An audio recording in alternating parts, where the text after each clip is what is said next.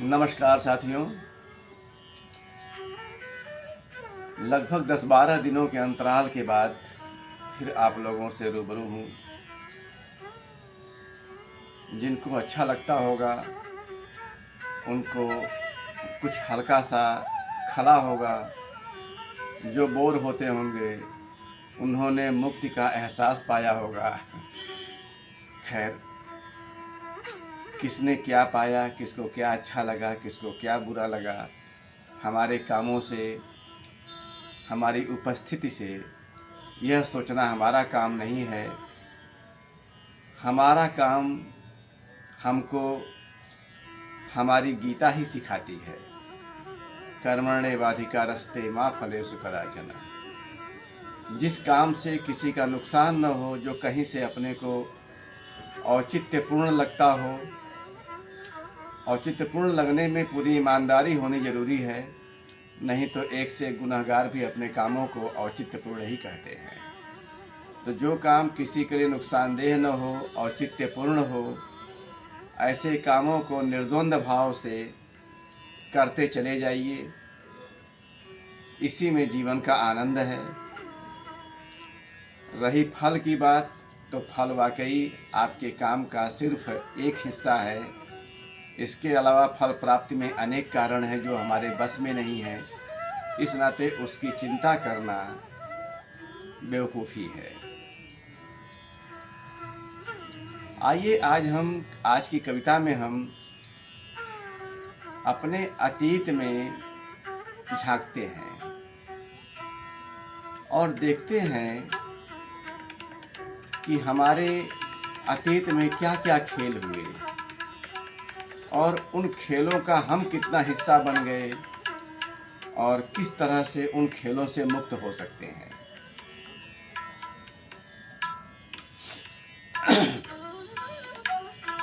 वह कौन है? वह कौन है जो अव्यक्त होकर भी हंसता रहता? वह कौन है जो अव्यक्त होकर भी हंसता रहता? हमारी ज़मीन के कण कण में, हमारे समय के क्षण क्षण में। वह कौन है जो अव्यक्त होकर भी हंसता रहता? हमारी ज़मीन के कण कण में, हमारे समय के क्षण क्षण में। वह कौन है जिसने बेहद निर्मम सलूक किया हमारी ज़मीन से और खुद भी बाप कहलवा लिया इस ज़मीन का? वह कौन है जिसने बेहद निर्मम सलूक किया हमारी ज़मीन से और खुद को बाप भी कहलवा लिया इस ज़मीन का? वह कौन है जिसने कोई महान काम नहीं किया, किंतु महानता का ऐसा जादू रचा कि प्रतिमान बन गया महानता का?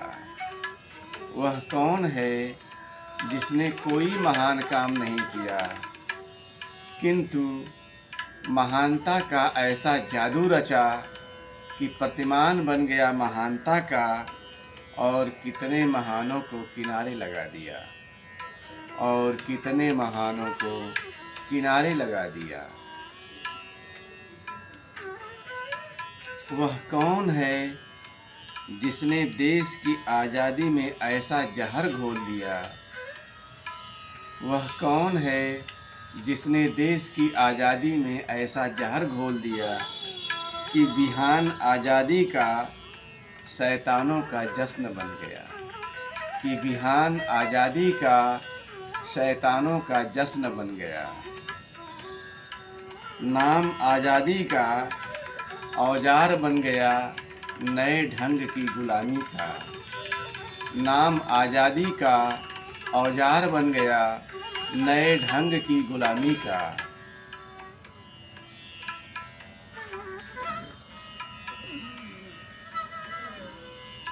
वह छिपा है प्रायोजित इतिहासों में।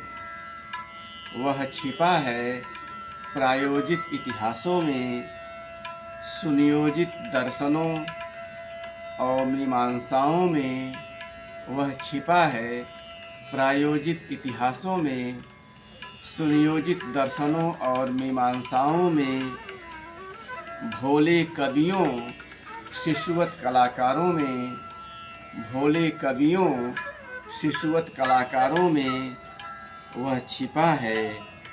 ऐसी बहुआयामी गंभीर परतों में वह छिपा है। ऐसी बहुआयामी गंभीर परतों में जहाँ बहुत दुसाध्य है, जहाँ बेहद दुसाध्य है, सच की किरणों को खींचकर बाहर निकालना। जहाँ बेहद दुसाध्य है, सच की किरणों को खींचकर बाहर निकालना। तो मित्रों, उस कौन की पहचान किया जाए और इन साजिशों के, इन छद्मों के हम कहाँ औजार बन चुके हैं, इसकी भी पड़ताल की जाए, तो फिर हमारी ज़िंदगी में कुछ सार्थकता आ सकती है। हम सत्य की राह में, जग कल्याण, देश कल्याण की राह में 2 कदम आगे बढ़ सकते हैं। धन्यवाद। नमस्कार।